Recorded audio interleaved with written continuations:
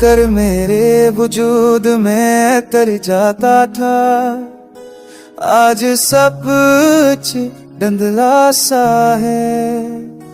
वक्त की सातें जैसे थम गई हैं, हर पल एक सदी बनकर सीने पर आ बैठता है।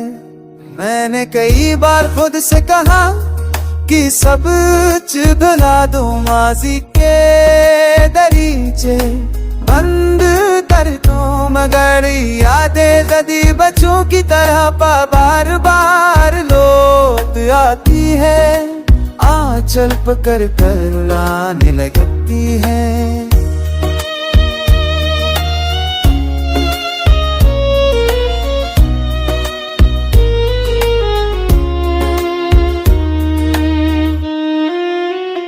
सुबह की पहली किरण जब पर्दों से झांकती है, तो उसकी रोशनी में भी एक फीकापन होता है।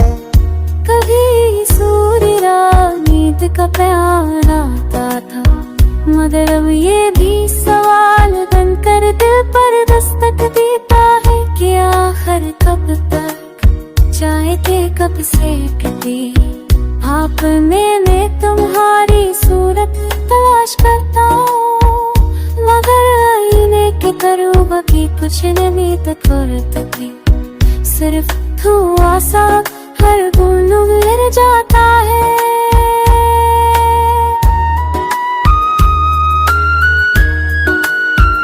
शहर की खान में चलते हुए हर चेहरा दी लगता है, लोग हंसते हैं बातें करते हैं, अपने ख्वाबों के ये ताकब में डुल के हैरों में सजूं मैं, खोकर भी तन्हा रहता।